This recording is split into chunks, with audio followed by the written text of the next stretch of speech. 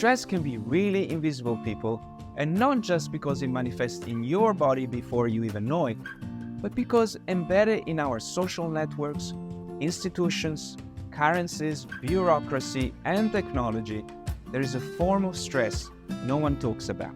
Today, I'm speaking with Chloe Green, researcher at the University College Dublin, where I also work, who will be telling us how stress looks like from the perspective of an individual embedded in a system.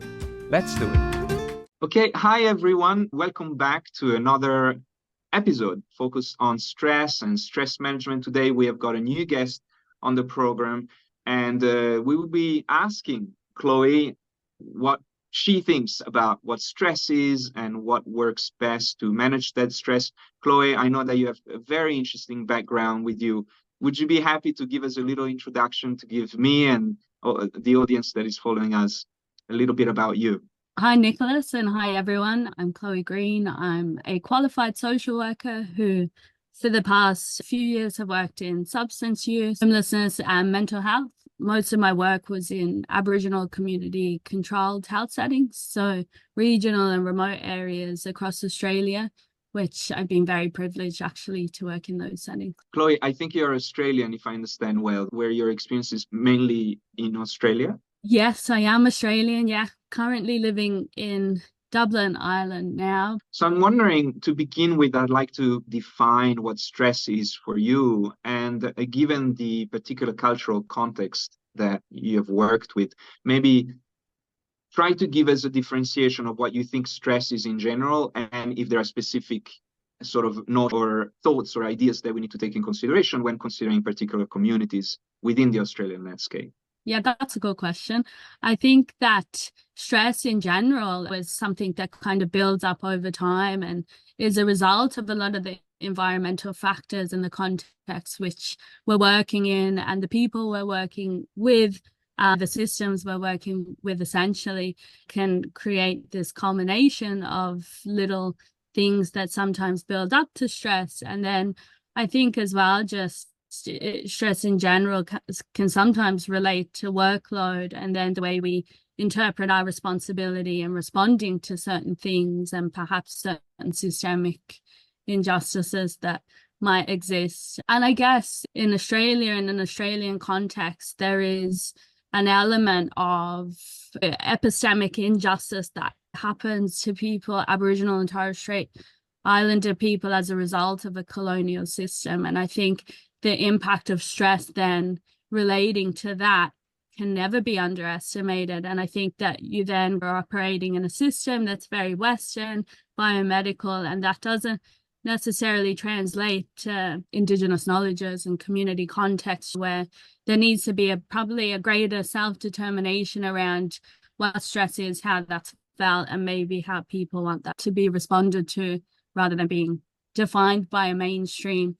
I want to dive a little bit more into this sort of complicated sort of summary that you've given us about how systemic injustice or systemic forces burden individual beings and communities with stress is very difficult to eradicate. Whilst I've had experiences of working in these communities and with people who are from these communities, it's not my first-hand experience. And I think that's really important to recognize that whilst I can see the stress, I don't necessarily have to live with that ongoing and enduring kind of pressure. And like there is structural racism, interpersonal racism that's embedded within these systems. And I think the way that I understood stress as being managing stress is through relational bonds that we form with colleagues and peers, and also with the people that you work with, and honoring that relationship as not just a transactional thing is a way to reduce stress in a very community-oriented way, because you start to define how support can be given in co-creation, moving in with this humility that's I'm not an expert. We're going to co-create a shared knowledge of one another and an understanding that then we can work together really authentically. And I think I found that in managing stress, that has been the biggest element that enables you to work in some kind of like acute settings but still be able to understand that there's an authenticity that people see.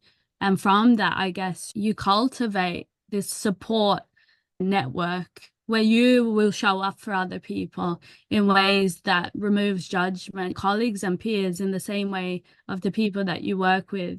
And I think it's much nicer to imagine growing up through shared stories, shared experiences, shared solutions, and not like this fixing. So a lot of the work that I do here actually is around trying to transform systems to really be like, we're all humans working in this system.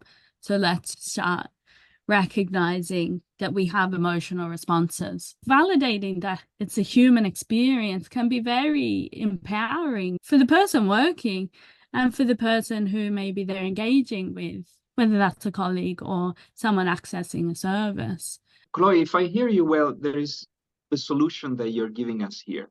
It's almost as if you're saying, if you're feeling stressed, maybe what you really need to do is to go back to the issue of connection with both your colleagues and the people that you're serving, and open yourself up emotionally, right? And so in hearing that solution, I also have a sense that if we talk of systems, that you're also saying that part of the problem with the system is that it isolates us, it cuts us off those relationships, and it renders us unemotional. And so systemically, as you and I work, or anybody else work under a sort of a Western ideology, are we arguing in a way here that systemically we are pressured to separate ourselves from ourselves?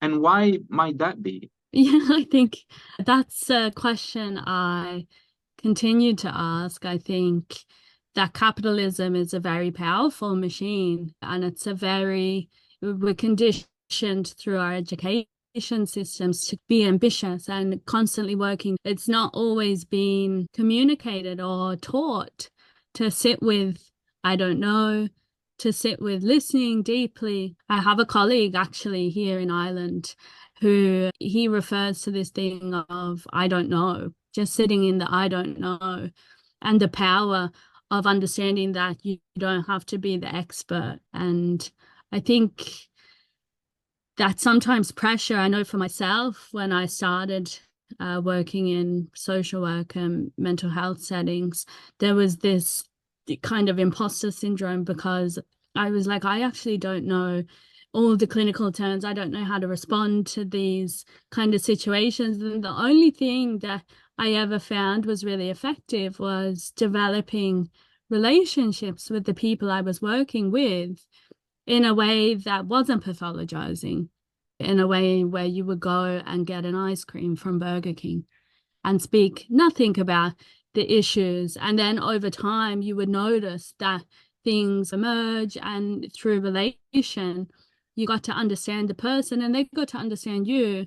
And that's trust on a deep level of feeling, not just maybe saying you can trust me. I think that there needs to be an ability to show that through kind of action of saying, I'll sit with you. You don't have to perform for me. You don't have to be for me. That's sometimes really hard in mainstream services to navigate how you can do that whilst the pressures, the number of people requiring services versus the lack of perhaps staff, they're very tangible challenges that cause stress. And I don't necessarily think that you can mitigate stress by just relationship of those organizational elements, but there's definitely factors that can be put in place to enable at least feeling like you're held through the stress or something. Yeah. Purely at a psychological level, the feeling of disconnect and isolation is perhaps one of the most foundational elements in stress itself. If we observe someone suffering any mental illness, let's say depression, that depression is 80% isolation. Remove the issue of isolation and that depression starts to get better immediately. And so is anxiety, and so is personality disorders. So the element of isolation is really a condition in and of itself. And so we need to address it. And in a way, what I'm hearing from you is that you're inviting us to think broadly about how our work practices are pressuring us, forcing us, pushing us, encouraging us to operate in isolation of our client, in isolation of ourselves, in isolation of our feelings, in isolation of other colleagues, in isolation of the environment, in isolation of our history. Right? That perhaps the idea here is that the more isolated we become, or perhaps even more specifically, the more isolated our fixing concerns become, the more mechanical and efficient we become, the more productive we become, the more operative in the capitalist system we become. An interesting point on that is the emotional response you have individually when you become extremely efficient and maybe very skilled in your work, whatever that looks like, and the kind of disconnect that you're speaking about, the isolation, the loneliness, and how that then, whilst being efficient, maybe isn't effective. And in any kind of structure where you're engaging with people, that person really is the person who should be determining whether you're efficient. And maybe they don't want you to be efficient in the way that you think. 10 referrals to different services, all these things, maybe removing efficiency and just having like effective relationship building, connection, touch points and everything probably translates to efficiency in another way. It just doesn't maybe look like that. I was reading more recently around participatory based arts projects and the impact on health and social outcomes and everything like that. And a lot of the papers and a lot of the research found that the process was far more beneficial for the people engaging in it than the actual outcome or the performance.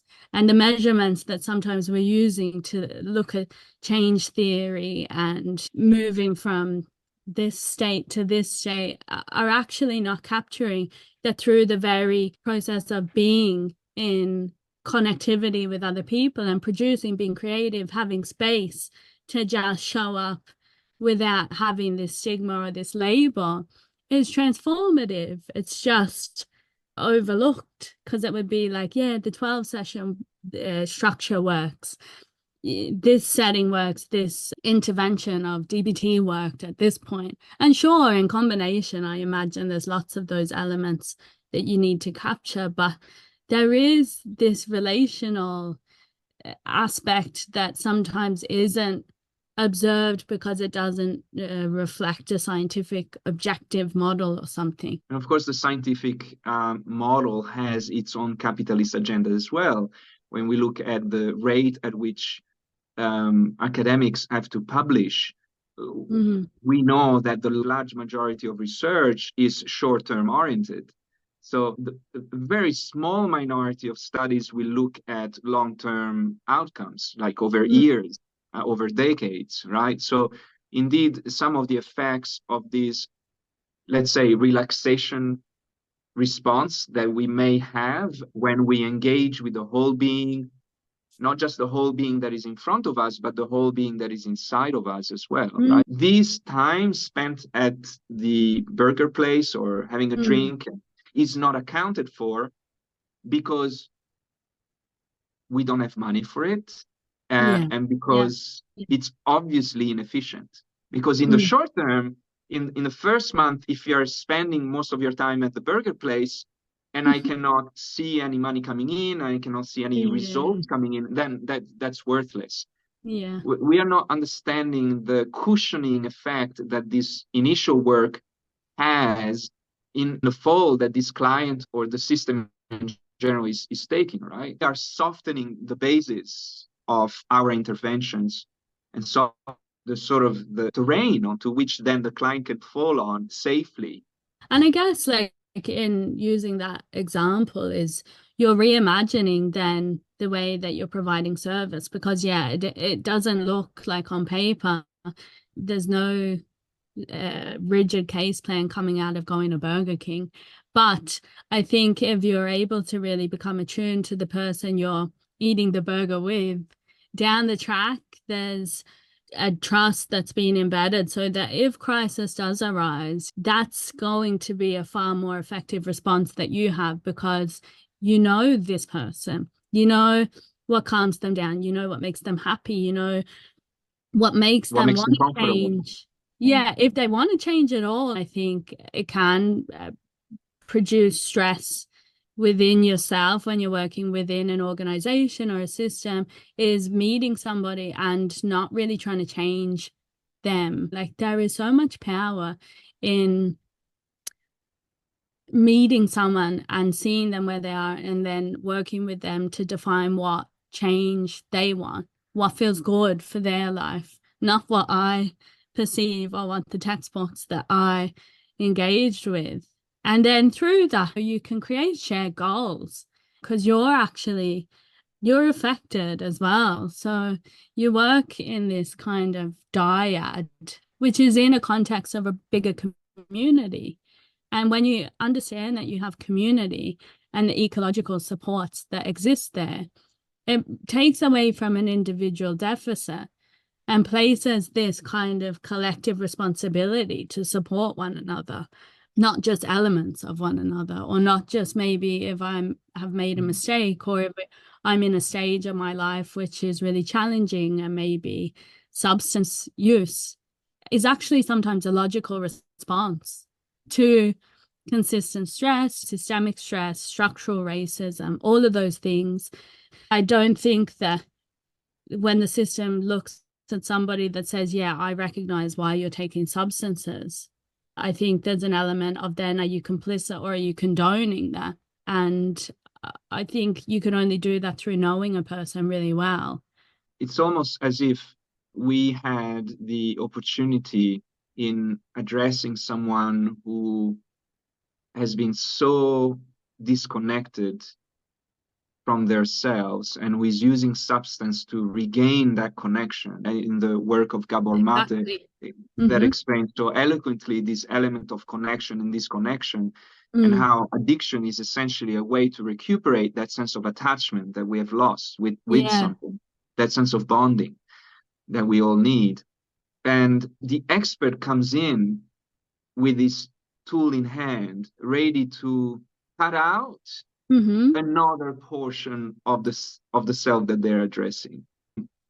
And really the being there is saying, please fill me with wholeness, please fill me with connection, right? And so by the mere sort of state of mind with which we address or approach that individual, we continue to do harm, or we begin a healing process. Yeah. Does this reflect more or less what you have who you have become? Because by the sound of it, you have been really transformed by these experiences. Yeah, and I think the way that you've explained that, or described, paraphrased as well, what I was saying, is very eloquent, because I think every point of contact with anybody is an opportunity for connection, and there's a transformative power in connection, definitely, and being heard without some solution necessarily having to take place. Perhaps one way that I can use some of the science that I've studied to link the issue of disconnect with stress is the fact that we now know from fMRI scans that when we tease someone with the idea of being expelled from a group, ostracize somebody. So for example, so they put somebody in a fMRI machine scan, and then they show a video of two little cartoon characters passing a ball to one another and passing the ball to the viewer. So they pass the ball to the viewer, pass the ball to the other. And then at some point, the two cartoon characters just pass the ball to each other and they exclude the viewer. Okay, yeah. And so then we are able to observe what happens when that exclusion happens. And the parts of the brain that light up are the same parts of the brain that light up when we experience physical pain. I was thinking back to kind of settings that I've worked in, and where you sit around on the lounge and you have a cup of tea. And this is touch points for connection that you don't even realize in the moment are actually sustaining your ability to then go back into work, into the community, into your life. There's deep connection that's been co-created in those moments with the people you're sitting with. I am really conscious of oversimplifying that need, because I know in crisis and acute settings, if someone was saying to me, you just need to have a cup of tea with your colleagues, that I would be like, don't reduce the impact of the stress. But I do think it's foundational. I do really think that without it, we just can't manage when those stressful situations arise. We know that it's wise to intervene very early on in certain processes. When we are very far gone into, let's say, the emotional trigger or the emotional fear, or in a certain obsession that we may have with food or with a certain drug, it becomes much more difficult to intervene. And so the cup of tea in the context of a working relationship that is so narrow and so expert-centered and so focused on efficiency doesn't mean anything. It just means a grain of sand in the cog, and that just make it sound scratchy.